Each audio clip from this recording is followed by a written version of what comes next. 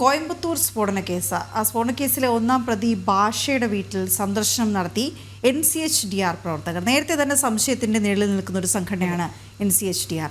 ഭാഷയുടെ മരണവുമായി ബന്ധപ്പെട്ടായിരുന്നു സന്ദർശനം. ഇതോടെ നിരോധിത ഭീകരവാദ സംഘടനകളുമായി NCHDR എന്ന സംഘടനയ്ക്കുള്ള ബന്ധമാണ് പുറത്തുവരുന്നത്.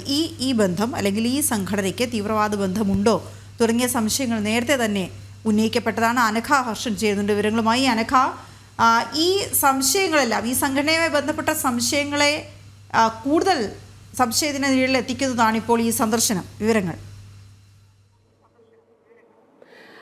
വീണ, അതായത് ഈ അടുത്ത് ഏറ്റവും അധികം ഈ പ്രവർത്തനം ആരംഭിച്ചൊരു മനുഷ്യാവകാശ സംഘടന എന്ന പേരിൽ പ്രവർത്തനം ആരംഭിച്ച സംഘടനയാണ് ഈ NCHDR എന്ന ഈ സംഘടന. ഈ സംഘടനയ്ക്ക് ആരംഭിച്ചത് മുതൽ തന്നെ നിരോധിത തീവ്രവാദ സംഘടനകളായിട്ടുള്ള ഈ സിമി, PFI പോലുള്ള സംഘടനകളിൽ നിന്നുള്ള ആളുകളാണ് ഈ സംഘടനയുടെ തലപ്പത്ത് എന്നൊരു ഗുരുതര ആരോപണം ഉണ്ടായിരുന്നു. ആ ആരോപണം ശരിവെക്കുന്നതാണ് ഇപ്പോൾ സംഘടനയിലെ പ്രവർത്തകരുടെ ഭാഗത്തു നിന്നുണ്ടായിരിക്കുന്ന ഇടപെടൽ. അതായത് കോയമ്പത്തൂർ സ്ഫോടന കേസിലെ ഒന്നാം പ്രതിയായിട്ടുള്ള ഭാഷ എന്ന് പറയുന്ന ആൾ കഴിഞ്ഞ മാസമാണ് മരണപ്പെട്ടത്.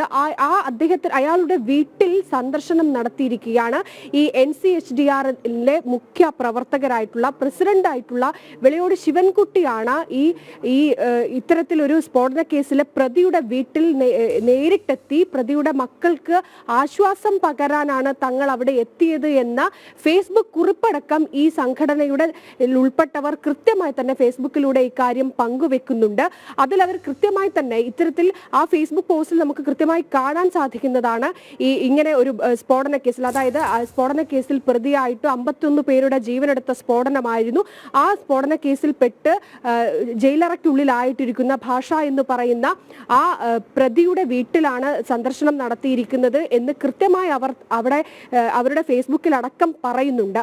അങ്ങനെ നോക്കുമ്പോൾ ഈ NCHDR എന്ന് പറയുന്ന സംഘടനയ്ക്ക് കൃത്യമായി തന്നെ ഇത്തരത്തിലുള്ളവരുമായി ബന്ധമുണ്ട് എന്ന് നമുക്ക് കൃത്യമായി പറയാൻ, ഇവരുടെ ഈ പ്രവൃത്തി കൊണ്ട് കൃത്യമായി പറയാൻ സാധിക്കുമെന്നതാണ്. ഇവർ തന്നെയാണ് ഇവരുടെ ഫേസ്ബുക്കിലൂടെ ഈ കാര്യങ്ങൾ കൃത്യമായി പുറലോകത്തോട് പറഞ്ഞിരിക്കുന്നത്.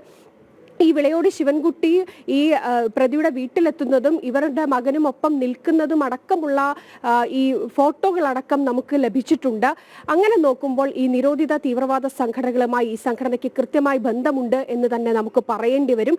മാത്രമല്ല, ഇത്തരത്തിൽ ഭീകരവാദ പ്രവർത്തനത്തിൽപ്പെട്ട് ജയിലറയ്ക്കുള്ളിലാകുന്നവർക്ക് സഹായം നൽകുകയാണ് സംഘടനയുടെ ലക്ഷ്യമെന്ന വലിയ ഗുരുതരമായ ഒരു ആരോപണം ഉണ്ടായിരുന്നു. ആ ആരോപണം ശരിവെക്കുന്ന രീതിയിലാണ് ഇപ്പോൾ ഇവരുടെ പ്രവർത്തനങ്ങളിൽ നമുക്ക് മനസ്സിലാക്കാൻ സാധിക്കുന്നത്. മറ്റൊന്ന്, ഈ ഭാഷയുടെ മരണവുമായി ബന്ധപ്പെട്ട് 10,000-ങ്ങളായിരുന്നു അന്ന് ഈ തമിഴ്നാട്ടിൽ തടിച്ചുകൂടിയത്. ഇതൊക്കെ തന്നെ വലിയ രീതിയിലുള്ള ആശങ്ക ഉളവാക്കുന്ന ഒരു കാര്യമാണ്.